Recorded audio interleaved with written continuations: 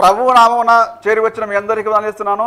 ఈరోజు మన లేఖన భాగము యోహాను సువార్త 19వ అధ్యాయము 7వ వచనం.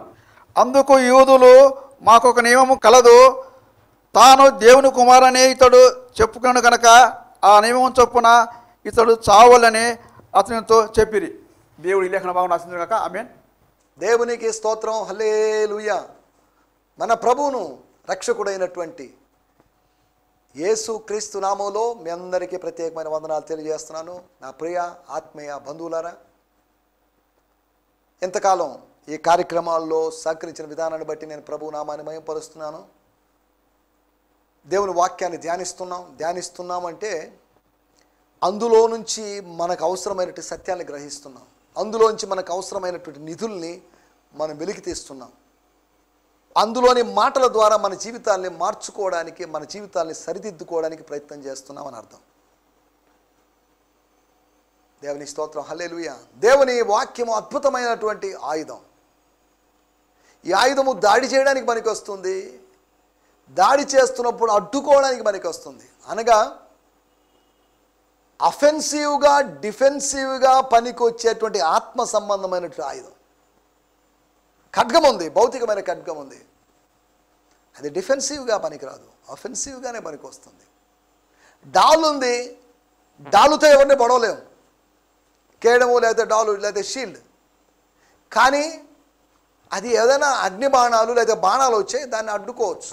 లేకపోతే ఆయుధాలు వచ్చాయి, కత్తులు వచ్చాయి, లేకపోతే ఇంకేదైనా వచ్చాయి, బుల్లెట్స్ వచ్చాయి, వాటిని అడ్డుకోవచ్చు.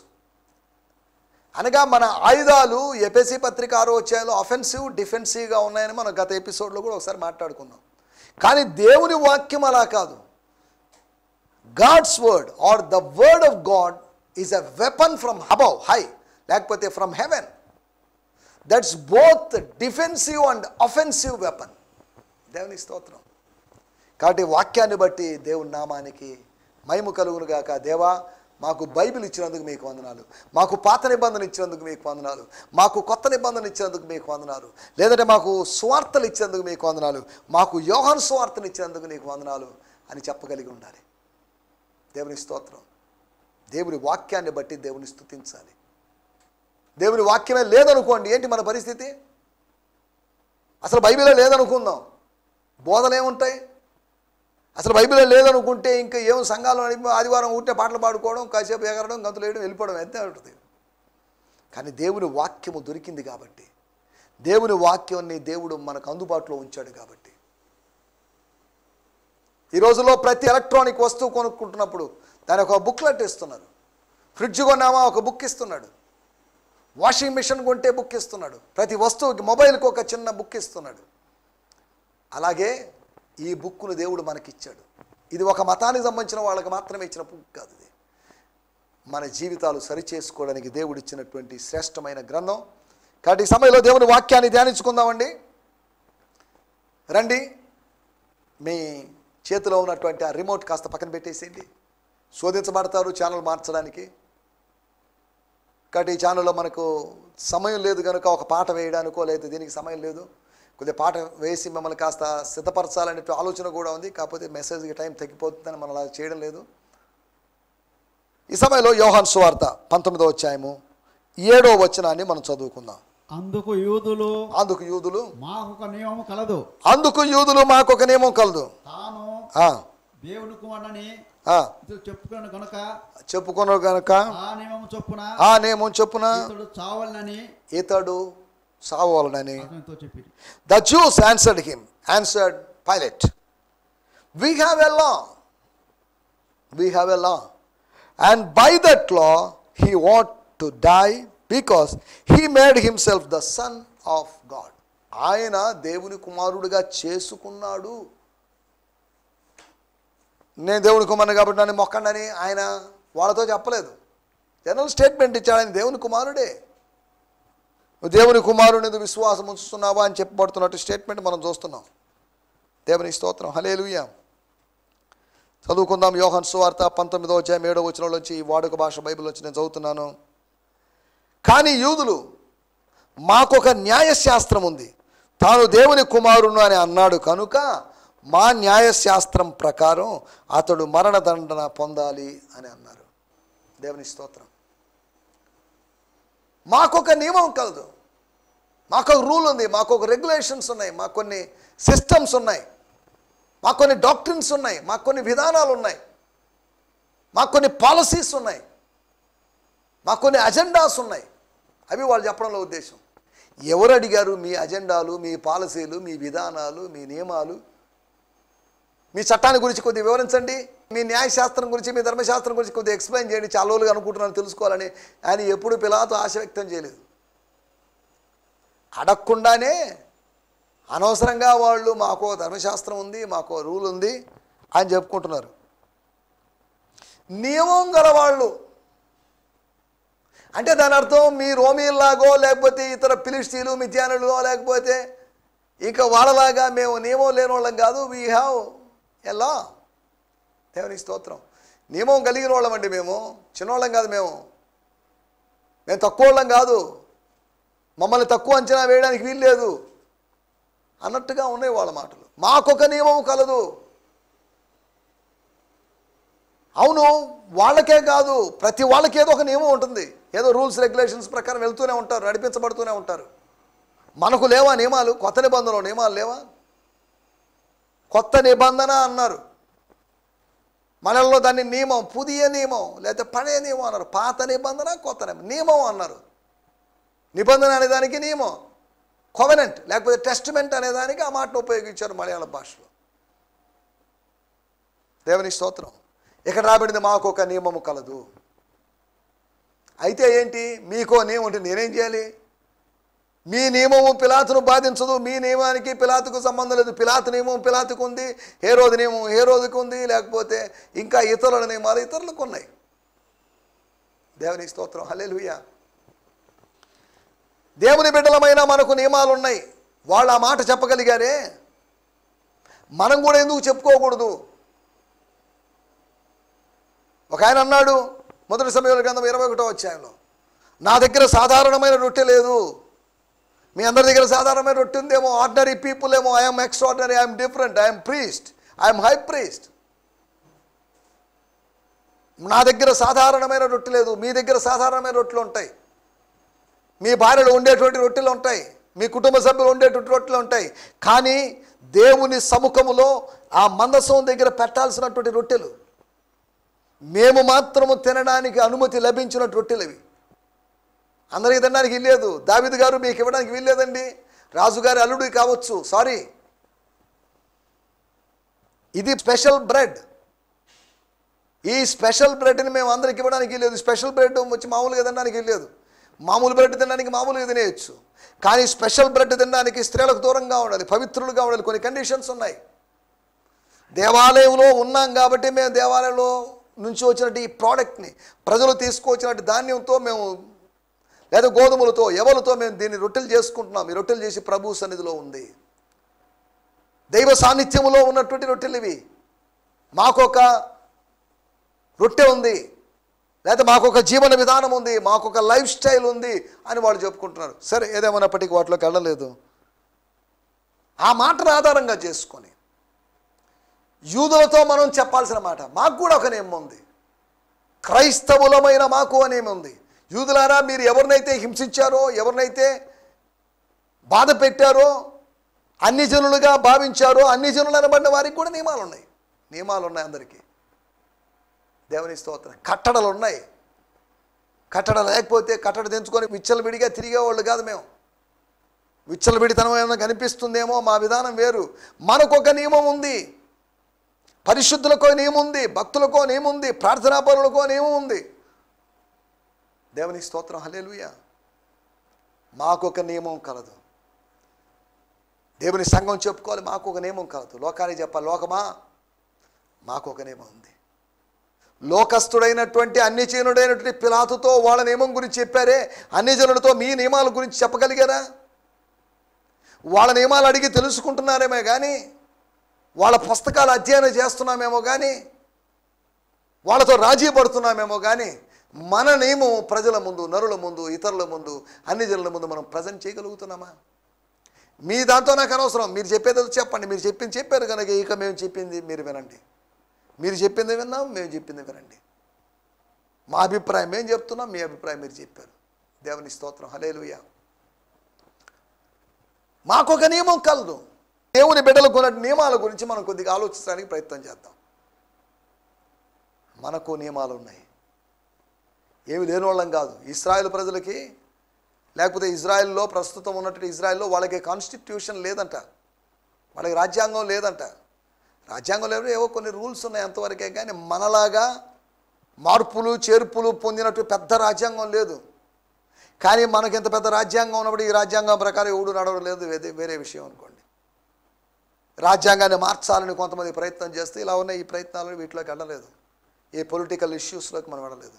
ఎందుకు చెప్పానంటే మనకు నియమాలు నిబంధనలు రాజ్యాంగం లేకపోతే వీటి గురించి అన్నప్పుడు ఇశ్రాయేలు ప్రజలకి రాజ్యాంగం లేనప్పటికీ, చిన్న దేశం అయినప్పటికీ, భారతదేశంతో పోలిస్తే చాలా చిన్న దేశం అయినప్పటికీ, ఎవరు అన్నారు ఇంచుమించు నెల్లూరు జిల్లా అంతా ఉంటుందంట ఇజ్రాయెల్ దేశం. అటువంటి ఎన్నో 12 జిల్లాలు పైగా ఉన్నాయి మనకు. అనగా వాళ్ళ దేశం మన రాష్ట్రంతో పోలిస్తే మన రాష్ట్రంలో 12వ వంతు అటువంటి ప్రదేశం. సరే, ఏదేమన్నప్పటికీ చిన్న దేశానికి రాజ్యాంగం అవసరం లేదని కాదు నా మాటల ఉద్దేశం. ప్రతిదానికి ఉద్దేశం రాజ్యాంగం కావాలి.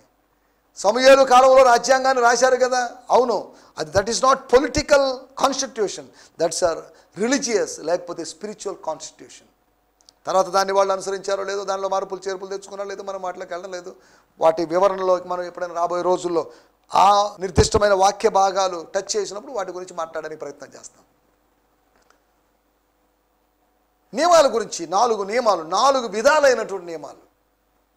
ఈ నియమము దేవుని బిడ్డల కొలటి నియమాన్ని గురించి ఎలా చెప్పబడింది అనే దాన్ని మనం అర్థం చేసుకోవడానికి ప్రయత్నం చేస్తాము.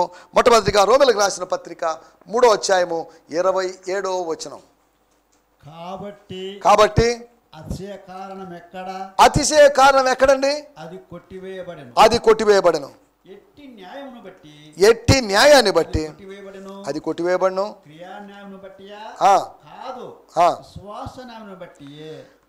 దేవునికి స్తోత్రం. నేను చదువుతున్నాను వాడుక భాషలో. మరి మనం గర్వించడానికి కారణం ఉందా? ఖచ్చితంగా లేదు. ఏ న్యాయం ప్రకారం కారణం లేదని చెప్పగలుగుతున్నాం? విశ్వాసానికి సంబంధించిన న్యాయం వల్ల కారణం లేదని చెబుతున్నాం, కానీ క్రియా న్యాయం వల్ల కాదు. ఇక్కడ న్యాయాన్ని గురించి మాట్లాడుతున్నాడు. The law or the rule అనగా మన అతిశయాస్పదము కొట్టివేయబడింది. మనం అతిశయించడానికి కారణం లేదు, మనం గర్వించడానికి కారణం లేదు. రోమాపత్రిక 11వ అధ్యాయంలో గర్వించక భయపడు, జాగ్రత్తగా ఉండు, లేదంటే విరిచివేయబడతావు. ఇశ్రాయేలులు విరిచివేయబడినట్టు విరిచివేయబడతావు, జాగ్రత్త. ఎందుకు గర్వం? దేని చూసుకొని గర్వం? మినిస్ట్రీ చూసి గర్వమా? టాలెంట్లు చూసి గర్వమా? ఎందుకండి ఇవన్నీ? దేవుడిచ్చినవే కదా, దేవుడిచ్చినవి నువ్వు వాడుకుంటున్నావు, దానికెందుకు గర్వించాలి? అతిశయాస్పదము కొట్టివేయబడింది. దేవుని స్తోత్రం. 3వ అధ్యాయం 27వ వచనం నేను చదువుతున్నాను. Where then is there space for our boasting. మన అతిశయానికి సందర్భం లేకపోతే స్థలం ఎక్కడిది? It has been excluded, included కాదు, excluded. By what kind of law? By the law of works? No, but through the principle of faith. Fathers life new టెస్టిమెంట్లో రాయబడింది principle of faith అనగా విశ్వాస సూత్రం, విశ్వాస నియమం. దేవుని స్తోత్రం, హల్లెలూయా. విశ్వాస నియమం, విశ్వాస సూత్రం, ఇంకా చెప్పాలి విశ్వాస న్యాయశాస్త్రం, విశ్వాస ధర్మశాస్త్రం, విశ్వాస ప్రమాణం అని మలయాళంలో చెప్పబడింది. దేవుని స్తోత్రం, హల్లెలూయా. ఒకటి, ప్రభువునందలి విశ్వాస నియమం ప్రకారం మనం ముందుకు సాగుతున్నాం. We're moving, we're going forth according to the law or the principle or the rule of faith in the Lord. దేవుని స్తోత్రం, హల్లెలూయా. మొట్టమొదటి విషయము, మనం ప్రభువునందలి విశ్వాస నియమాన్ని కలిగి ఉన్నాం. యూదులారా, ఒకవేళ సంఘాన్ని ఉద్దేశించి వాళ్ళే కొత్త నిబంధనలోని లేకపోతే ఆత్మీయ యూదులను లేకపోతే ఆత్మీయ ఇశ్రాయేలును లేకపోతే కొంతమంది వ్యాఖ్యానించే వాళ్ళు ఉన్నారు. అలాగైతే మనకు కూడా ఒక నియమం ఉంది. అదేంటంటే ప్రభువునందలి విశ్వాస నియమము. రెండో విషయాన్ని నేను మీకు జ్ఞాపకం చేస్తాను. రోమీయులకు రాసిన పత్రిక 7వ అధ్యాయము 25వ వచనం. స్తోత్రం. రోమా 7:25. మన ప్రభువైన యేసుక్రీస్తు ద్వారా దేవునికి కృతజ్ఞతలు చెల్లిస్తున్నాను. ఎస్. కాగా మనసు విషయంలో నేను దైవ నియమమునకును, మనసు విషయములో దైవ నియమం, శరీర విషయంలో దాసుడై ఉన్నాను.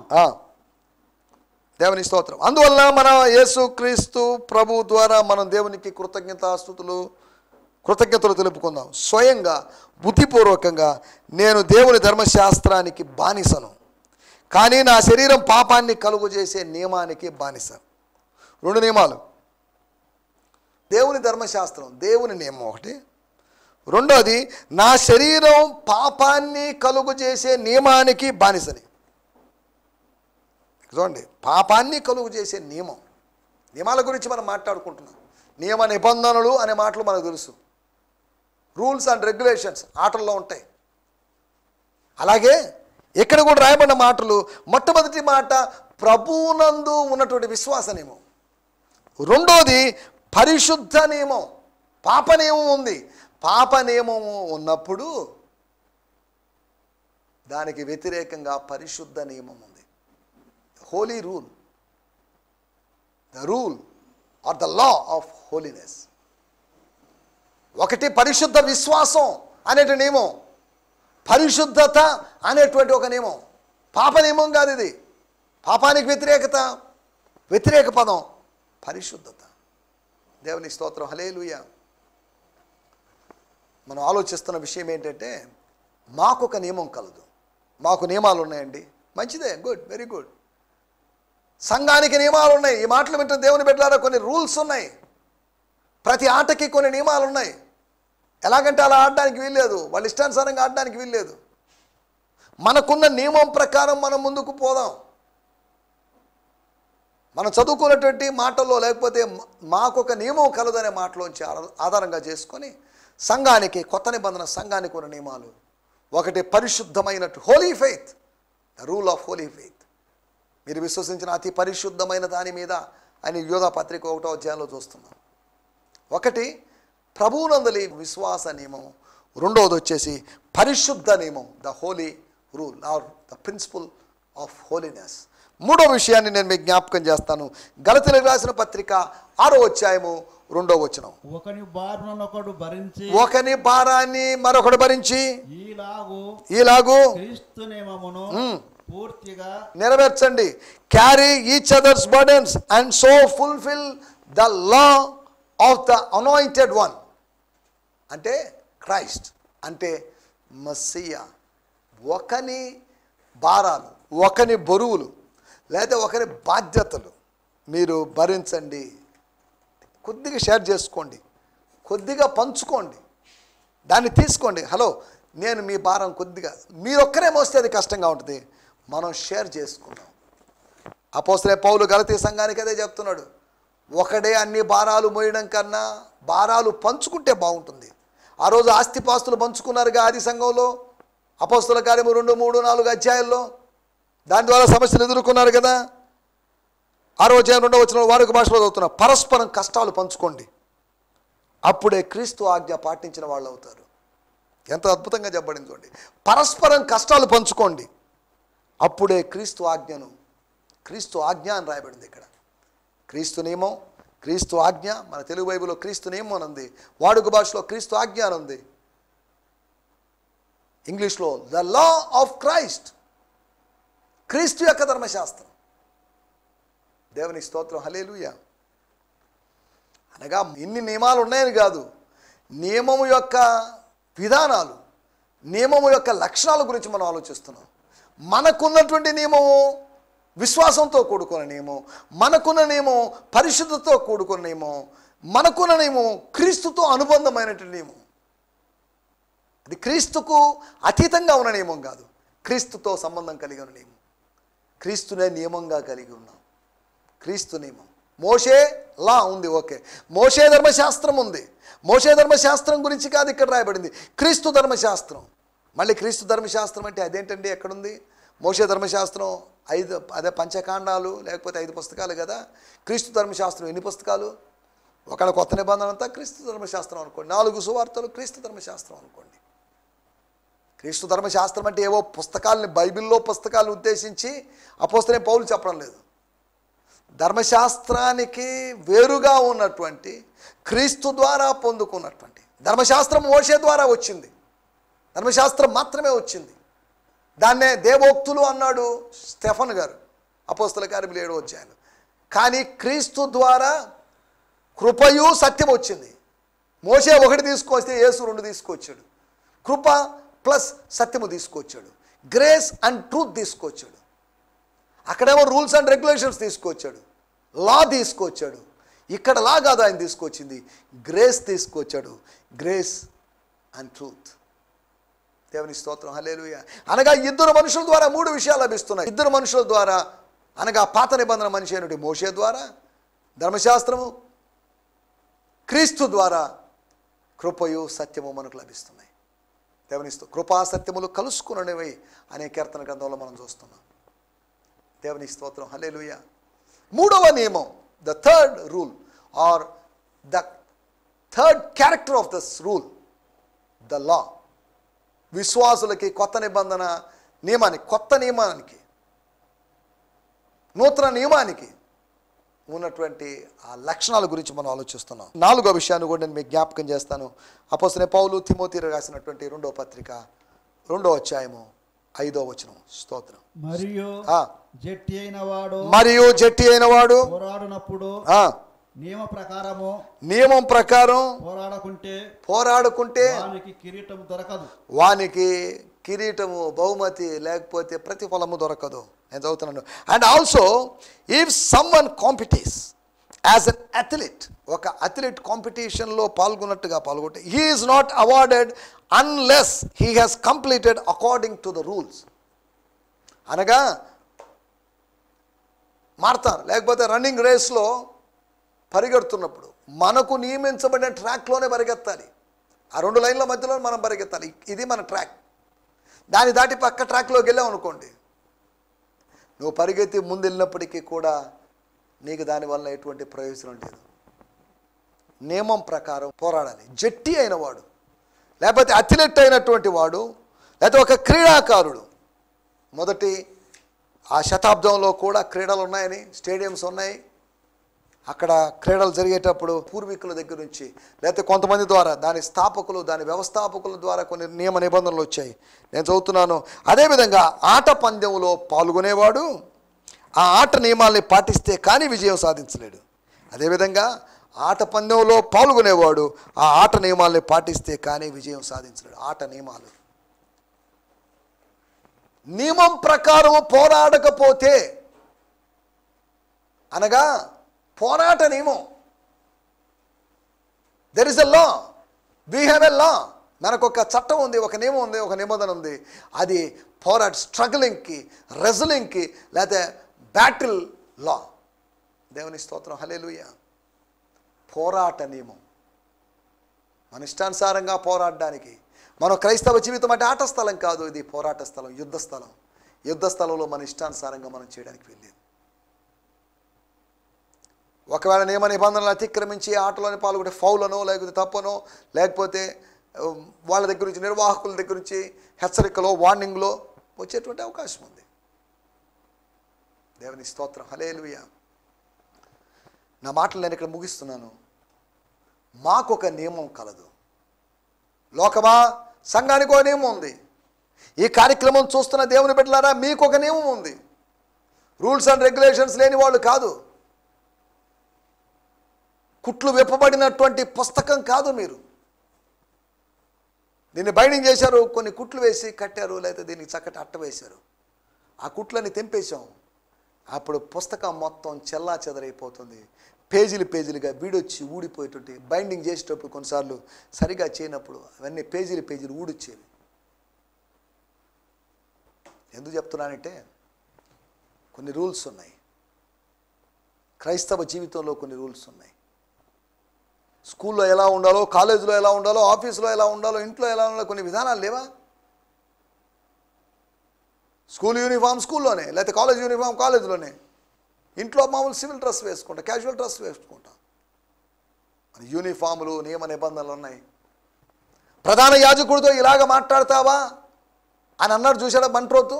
అంటే ఏదో రిలీజియస్ నియమాన్ని ప్రస్తావిస్తున్నాడని అర్థం. ప్రధాన యాజకునితో ఇలా మాట్లాడడానికి వీల్లేదు అనగా ప్రజలతో మాట్లాడడానికి, ప్రధాన యాజకుడితో మాట్లాడడానికి, లేకపోతే ప్రజలు చంపడానికి చట్టాలను సృష్టించుకున్నారే వాళ్ళు. మనకొక నియమం ఉంది, అది పరలోకం నుంచి వచ్చిన నియమం. 4 విషయాలు మీకు జ్ఞాపకం చేశాను. ఒకటి అది విశ్వాస నియమం, ప్రభువునందలి విశ్వాస నియమం. రెండోది అది పరిశుద్ధ నియమము. మూడోది అది ప్రభువు నియమం, క్రీస్తు నియమం. 4వది వచ్చేసి అది పోరాట నియమం అని మనం తెలుసుకున్నాం. దేవుని స్తోత్రం, హల్లెలూయా. దయచేసి తలలోంచండి, చిన్న ప్రార్థన చేసుకుందాం. ప్రార్థన. ప్రేమ కలిగినటువంటి మా తండ్రి, కృపా సత్య సంపూర్ణుడా, మీ నామాన్ని స్తుతిస్తున్నాం. మీరు మాకు వినిపించిన మాటల కొరకై మీకు వందనాలు. ప్రభువా, మాకు ఒక నియమం ఉంది.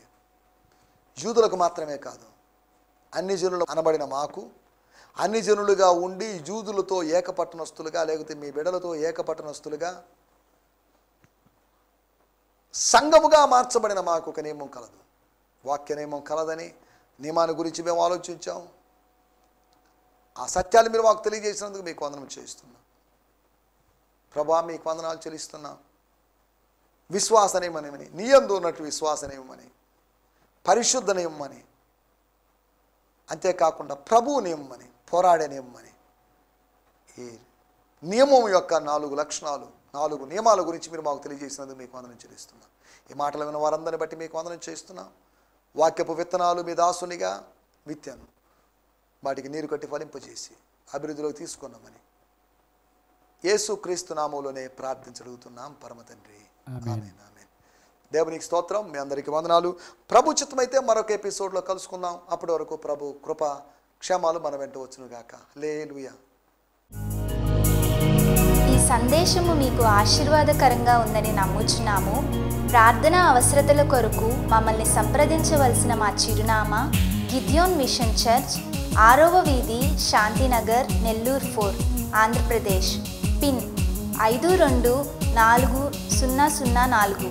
మా ఫోన్ నంబర్లు 7036443613 మరి ఒక నంబర్ 9392293010. మా ఈమెయిల్ ఐడి gfihmi2015@gmail.com. దేవుడు మిమ్మును ఆశీర్వదించునుగాక. ఆమేన్.